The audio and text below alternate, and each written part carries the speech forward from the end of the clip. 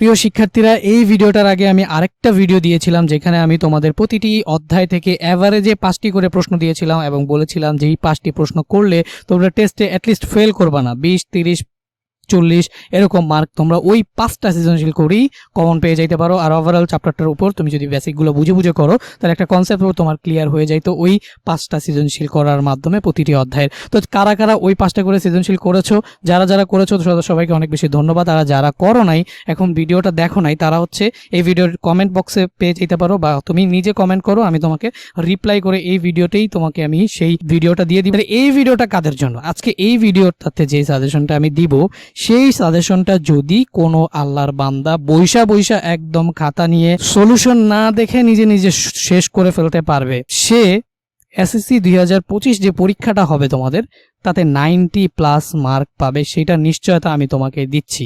ঠিক আছে, যদি তুমি এই যে দেখো আমি সৃজনশীলগুলো দিয়েছি আজকে সাজেশনে, এই যে দ্বিতীয় অধ্যায়ের এই সৃজনশীলগুলো আমি তোমাদের দিয়েছি, এগুলো তোমরা করবা। কি করবা? প্রশ্নটা বের করবা, উত্তর কিন্তু দেখবা না। টেস্ট পেপারটা খুলবা। আর এখানে আমি 24 সালের প্রশ্ন দেই নাই, কারণ আমি জানি 24 সালের টেস্ট পেপার অনেকের কাছেই নাই, তাই আমি সবগুলো 23 সালের প্রশ্ন, 23, 20, 21 সালের প্রশ্নের মধ্যেই রেখেছি।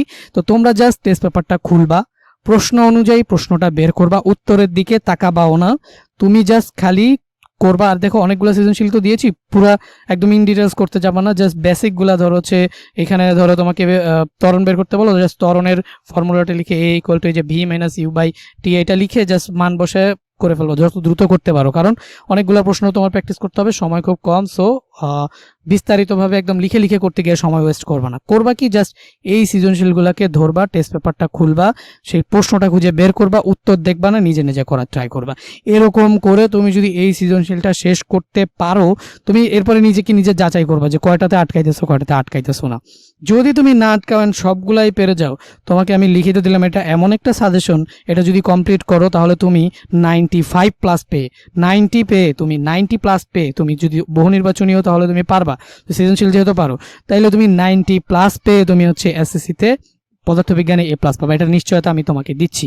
এখন এইগুলো সলভ করতে গিয়ে তোমার যদি এখনো সমস্যার সমাধান না হয়, তোমার প্রবলেম ফেস করো, তুমি মনে হয় যে না প্রশ্নগুলো বুঝতেছি না, তোমাকে আমি একদম হাতে ধরে ধরে প্রশ্ন সমাধান করাবো। 3 মাসের একটা কোর্স হবে তোমাদের, একদম টেস্টের পরপরই, একদম সপ্তাহে 4 দিন ক্লাস থাকবে, সকাল বিকাল সম্পূর্ণ লাইভ ক্লাস হবে। সাপ্তাহিক পরীক্ষাও তোমাদের থাকবে। সাবজেক্ট হচ্ছে পদার্থবিজ্ঞান, রসায়ন, সাধারণ গণিত, উচ্চতর গণিত, এই সাবজেক্টগুলোর উপর হবে। ক্লাস লেকচারগুলো ওয়েবসাইটে রেকর্ডেড আকারে পেয়ে যাবা। টেস্ট পেপার যেটা 25 সালে তোমরা না কিনলেও চলবে, ওটার পিডিএফটা পেয়ে যাবা, কারণ আমি টেস্ট পেপারটাই সলভ করাবো। ঠিক আছে, সো 30 সেপ্টেম্বর পর্যন্ত 1000 টাকা দিয়ে এই কোর্সটাতে ভর্তি হতে পারবা। এই নাম্বারে যোগাযোগ করলেই বিস্তারিত জেনে যাবা। আর এটা হচ্ছে গিয়ে ওয়েবসাইট, এখানে গিয়ে ফ্রি প্লাস পেইড দুইটা কোর্সই কিন্তু চলতেছে, তোমার যেটা মন চায় সেটা তুমি করতে পারো। ঠিক আছে, একদম আমি বললাম, যদি তোমার সৃজনশীল বুঝতে প্রবলেম হয় এগুলো করতে, তাহলে তোমার অবশ্যই প্র্যাকটিস দরকার। আর প্র্যাকটিস দরকার কি ভাইয়া? হাতে কলমে ধরে প্র্যাকটিস দরকার। সকালবেলা প্রবলেম যদি করতে গিয়ে সকালে প্রবলেম পাও এই সাবজেক্টগুলোতে, বিকালে সমাধান করে দিব, বিকালে প্রবলেম পাইলে পরের দিন সকালে সমাধান করে দিব। এইভাবে তুমি যদি পড়তে থাকো তাহলে তোমার আর কোনো প্রবলেম থাকবে না, এটা নিশ্চয়তা আমি 100-এ 100 দিচ্ছি। তো যারা যারা ভর্তি হতে হওয়াই হয়ে যাও। তৃতীয় অধ্যায়ে দেখো এই প্রশ্নগুলো পড়বা, কোন টেকনিকে পড়বা সেটা তো আমি তোমাদের মাত্র বলেই দিলাম। ধরে ধরে ধরে ধরে এই টেকনিকে তৃতীয় অধ্যায়ের এই প্রশ্নগুলো করবা। এবার চতুর্থ অধ্যায়েও এইরকম এই প্রশ্নগুলো করবা। পঞ্চম অধ্যায়, এগুলো তোমরা একটু স্ক্রিনশট নিয়ে নাও, অথবা চাইলে ভিডিওটা পজ করে লিখে নিতে পারো। পঞ্চম অধ্যায়ে তুমি হচ্ছে এই সৃজনশীলগুলো করবা। পঞ্চম অধ্যায়ে এই সৃজনশীলগুলো করলেই তোমার হচ্ছে সবকিছু কভার হয়ে যাবে। সপ্তম অধ্যায়ে তুমি এই সৃজনশীলগুলো করবা, এগুলো করলে তোমার সব কভার হয়ে যাবে। আচ্ছা, এখানে আমি আগে 5টা করে যে সাজেশন দিয়েছিলাম সেগুলো কিন্তু ইনক্লুড করি নাই। তো তুমি যদি একদম কমপ্লিট টেস্টের সাজেশন এন্ড এসএসসি টেস্ট কি এগুলো করলে তোমার এসএসসি কভার হয়ে যাবে। আর যদি না পারো, আর যদি পারো তাহলে তো তুমি রক্স, তুমি খালি জাস্ট প্র্যাকটিস করতে থাকো, তুমি বোর্ড স্ট্যান্ড করবা।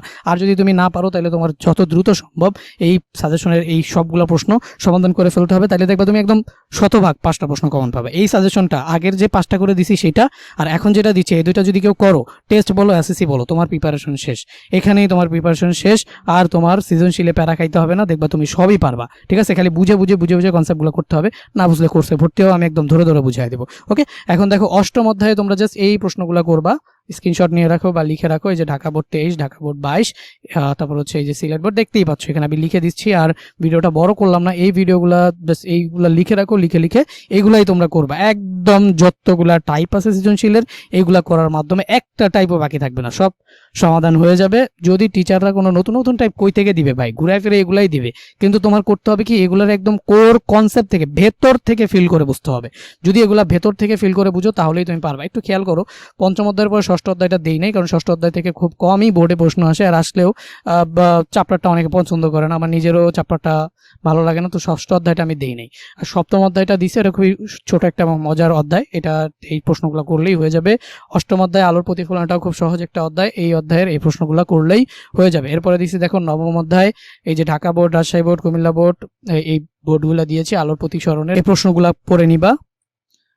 দশম অধ্যায়ের জাস্ট দেখো এই যে এই কয়েকটা প্রশ্ন দিয়েছি, দশম অধ্যায়ের আগের যে প্রশ্নগুলো ইনক্লুড করেছিলাম এগুলো আগের প্রশ্ন, আর এখানে নতুন করে এই কয়েকটা দিছি। সো দশম অধ্যায়ে পরিপূর্ণ আছে, এখানে এগুলো করলেই এর বাইরে আর তোমার লাগবে না। একাদশ অধ্যায়ে দেখো, একাদশ অধ্যায়ে জাস্ট এই কয়েকটা সৃজনশীল যদি তুমি করে ফেলো তাহলে পুরো অধ্যায়ের যত টাইপের ম্যাথ আছে এগুলোর মধ্যেই কভার হয়ে যাবে। এরপরে দেখো আমি কিন্তু এই দশম অধ্যায় পর্যন্তই, একাদশ অধ্যায় পর্যন্তই তোমাদের দিয়েছি। এরপরে কিন্তু 12 অধ্যায় থেকে সৃজনশীল আসে, 13, 14 তো থিওরি, ওগুলা থেকে সৃজনশীল আসে না, 12 অধ্যায় থেকে সৃজনশীল আসে, বাট সেটাও আমি তোমাদেরকে দেই নাই, কারণ ওটা লাগবে না। এই কয়েকটা চ্যাপ্টারের এই প্রশ্নগুলো পড়লে যদি তুমি একদম কোর কনসেপ্ট বুঝে বুঝে প্রশ্নগুলো করতে পারো, তোমার পদার্থবিজ্ঞানের টেস্টের পরে অথবা আগে আর প্রিপারেশন নেওয়া লাগবে না। এই প্রশ্নগুলো বারবার কোর কনসেপ্ট বুঝে করলে দেখবা কি তুমি একদম সব পারতেছো। এরপরে জাস্ট খালি পরীক্ষা দিবা, বহু নির্বাচনী পরীক্ষা দিবা, সৃজনশীল পরীক্ষা দিবা, বাসায় পরীক্ষা দিবা, যেখানে কোচিংয়ে সুযোগ পাইলে কোচিংয়ে পরীক্ষা দিবা, স্কুলে সুযোগ পাইলে স্কুলের পরীক্ষা দিবা, খালি পরীক্ষা দিবা।